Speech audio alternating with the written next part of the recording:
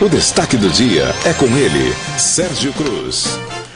Alô, seu Sérgio Cruz, muito bom dia. Como tem papel na sua mão hoje, hein, seu Sérgio Cruz? Bom dia. Alô, gente amiga, bom dia. Marcos Faria, meu amigo Marcos Faria, bom dia. Carmen Sestari, bom dia. Bom dia. Madureira, bom dia. Só alegria, né, Madureira? Tranquilo. As pessoas estão cobrando, né? Claro, a maior cobrança hoje é que eu fale sobre a reportagem feita na sexta-feira na TV Morena sobre a denúncia do JBS. A denúncia do JBS acrescentou muito pouco à denúncia que já foi feita inicialmente, né? Apenas duas entrevistas, uma do secretário do superintendente da Agricultura e outro do diretor do CIF, Sistema de Serviço de Inspeção Federal tal. Não acrescentou muito. E só quem teve até agora, quem teve acesso a essa documentação, segundo o repórter, foi a própria TV Morena. Eu tive acesso, e já falei aqui já há algum tempo, a duas documentações dessas notas que foram publicadas, né? Quer dizer, documentação que foram publicadas, foram divulgadas. Uma do secretário Márcio Monteiro e outra do deputado Zé Teixeira. Eu não entendo bem desse negócio de gado, até porque no Nordeste eu criava cabrito. Né? Agora, do que eu entendo, as explicações dadas tanto pelo Márcio Monteiro como pelo Zé Teixeira, os demais eu não vi, né? Não foram disponibilizadas, eu não vi, mas o que eu vi do Márcio Monteiro e do Zé Teixeira eu não vi nenhuma irregularidade. O Zé Teixeira já não aparece na reportagem da TV Morena. Quer dizer, ele foi à tribuna da Assembleia, deu todas as explicações, inclusive o número do TED, que ele recebeu o dinheiro da JBS. Então, realmente eu não vi, vou esperar que essa documentação seja disponibilizada para todos, né, que o Ministério da Agricultura, o Sistema Serviço de Inspeção Federal, disponibilize essa documentação para que toda a imprensa tenha acesso e a gente possa, sem nenhuma margem de erro, né, ou de equívoco, fazer uma avaliação dessa documentação. Por enquanto, eu vou, como eu disse, continuar aguardando as informações oficiais, né, porque é um caso que envolve muitas pessoas, uma situação extremamente delicada que a gente não pode falar aquilo que a gente não sabe ou falar aquilo que a gente gostaria de falar ou qualquer coisa. Então, fica por aí.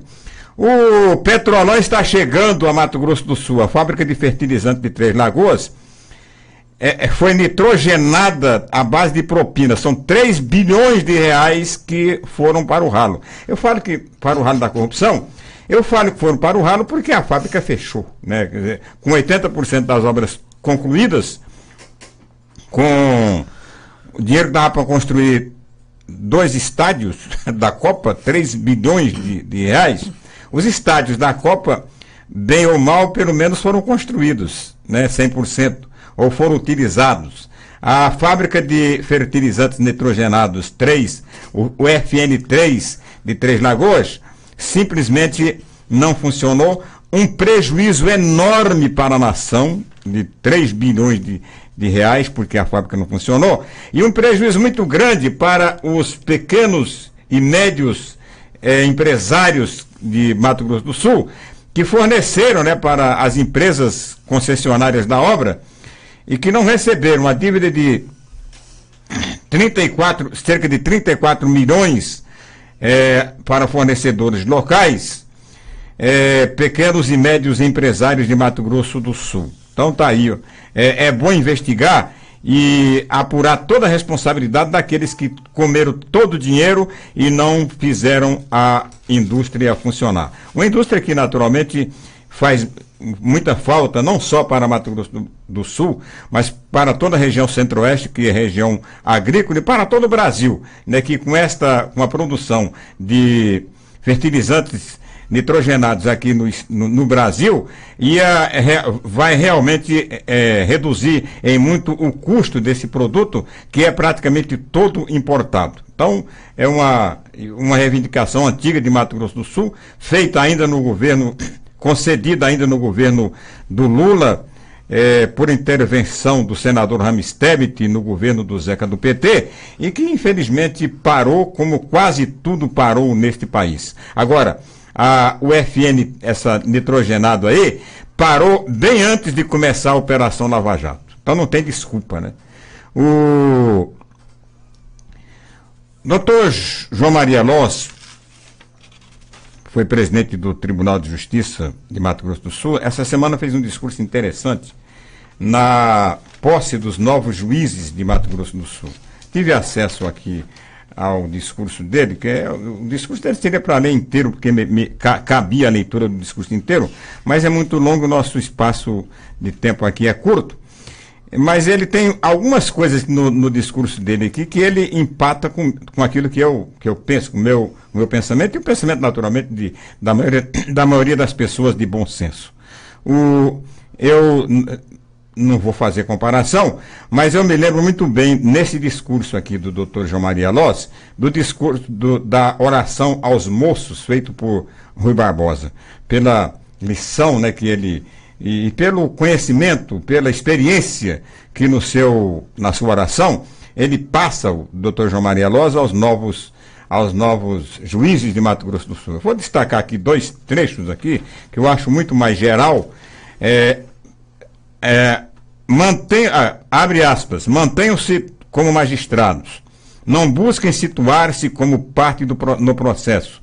Não cabe ao juiz subir em árvores escondido para flagrar menores ao volante de veículos. O juiz não deve exercer seu cargo como se fosse um delegado ou policial. Essa conduta é própria dessas autoridades, não do juiz. E outro trecho. O juiz justo tem o respeito de seus pares exatamente porque decide corretamente. Não é pela severidade da pena que se obtém o respeito.